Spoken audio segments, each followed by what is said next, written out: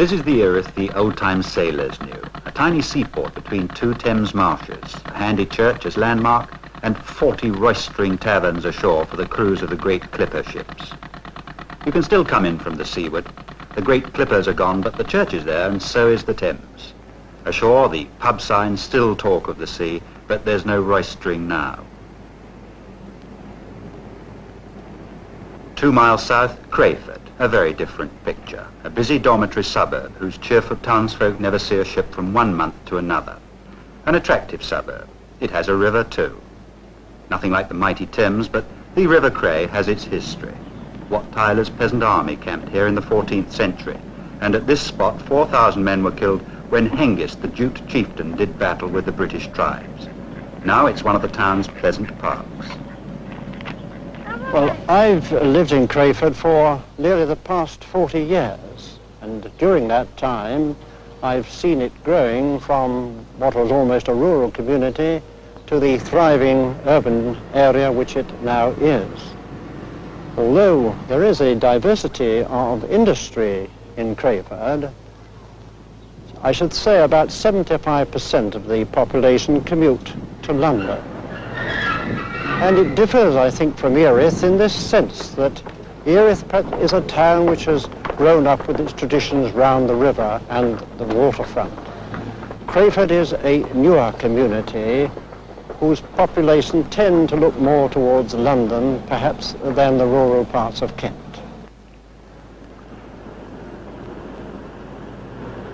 A thriving town of bright red brick and plastic shop fronts, a town of young families and neat streets. A striking contrast to the town centre in Erith, where a major redevelopment plan awaits approval and the town's largest store stands empty. Still, Erith has its history and its historian. Well, I've lived in Erith for the past 30 years and I've made something of a study of its history. I think the point to note about the origin of Erith is that it was a crossing place on the river. The high ground met the river at this point, and this is the only place for some miles upstream or downstream where solid ground does meet the river. You can still see this hill now reaching down to the waterfront. The earliest mention of it is in a Saxon chart of the late 7th century, and in the Middle Ages an important abbey was founded at Lesnes Abbey. The monks of those days were responsible for maintaining the river walls and helped to keep the river banked up and to keep them off the land. The monks of Lesnes lost their home when Henry VIII seized their land. But Henry was constructive too. He had a naval dockyard at this point. It was here that his galleon, the Great Harry, was fitted out by men whose descendants may live in Erith today.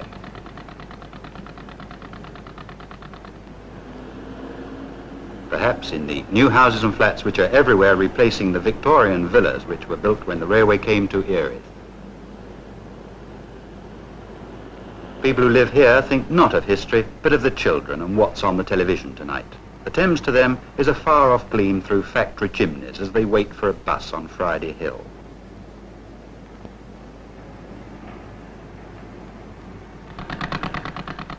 If they work by the river, they'll make electric machinery or cables, or perhaps plywood or chemicals. When they get home at night, they just relax.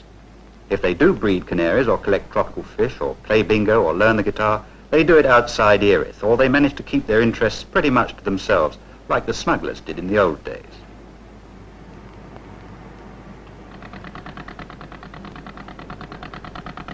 They say that Erith's 40 boisterous taverns often got their liquor through the back door. According to legend, old-time revenue men had their work cut out chasing the rum runners over the stones.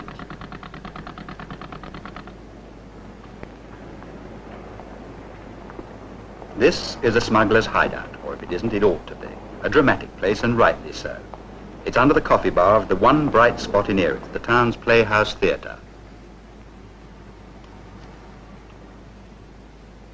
Everyone's an amateur here. They get no pay, but their performance is polished enough. The theatre's director explained that the cast and their friends have restored a derelict building into a theatre which attracts audiences from as far as Bexley and Dartford. The trouble is that no one seems to know what will happen to this place when proposed new plans for rebuilding Erith bear fruit. Meanwhile, the show must go on.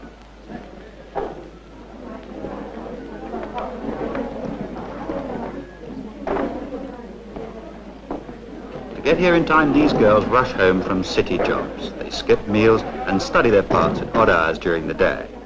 While the camera watched them, a dozen other girls were hard at work painting scenery, fixing lights and moving furniture. I met the producer of the play. Well, I have lived in Erith all my life, and I can remember as a small child being brought up the causeway for a walk by the riverfront, and leaning out from this window in this building at the top of the hill, invariably were the young smiling ladies, waving at the seamen, of course, coming up from the causeway. Grandfather, he had one of the cottages on the hill, and Mother and my grandmother were always very nervous of the cellar under the house, because it was, of course, thought that the smugglers' tunnels led down to the river there, so they bolted all the doors, etc. Of course, Erith has changed a great deal since those times, and we as a theatre have seen this, being the only spark of life here almost at the moment, and striving so hard to keep it so. We do hope that any changes that come along won't be for the worst, so far as we're concerned. Crayford's got a strong drama group too, the Geoffrey Whitworth Theatre. It was here that the British Drama League was founded. But most people agree there's little to do here or in Erith, unless you have friends to chat with or perhaps the shopping to worry about. Shopping and business are all important. I've had my business in Crayford about 4 years now, and I thought it's growing, and once upon a time it leaned toward Vickers, but now there's so many new factories and places opening up in Crayford, it's getting busier every day.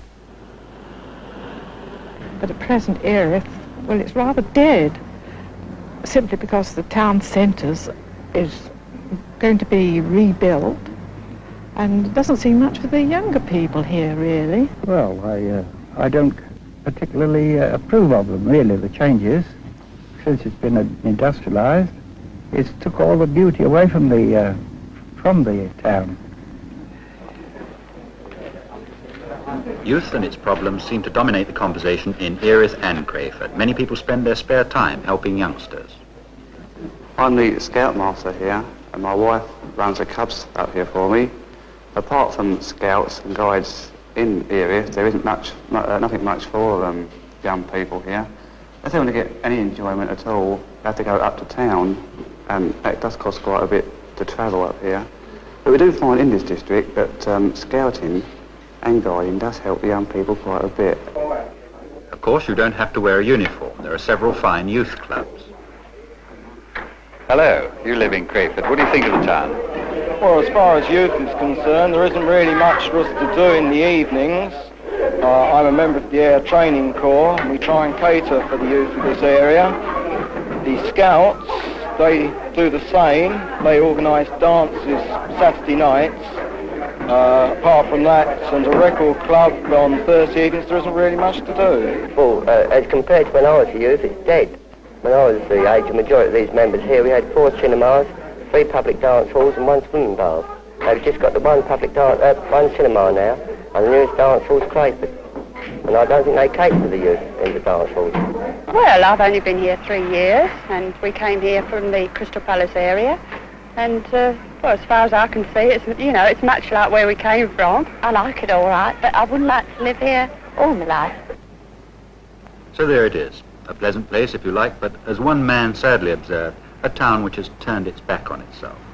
A small slice of modern Britain, uncomfortable today under the pressure of knife-edge politics.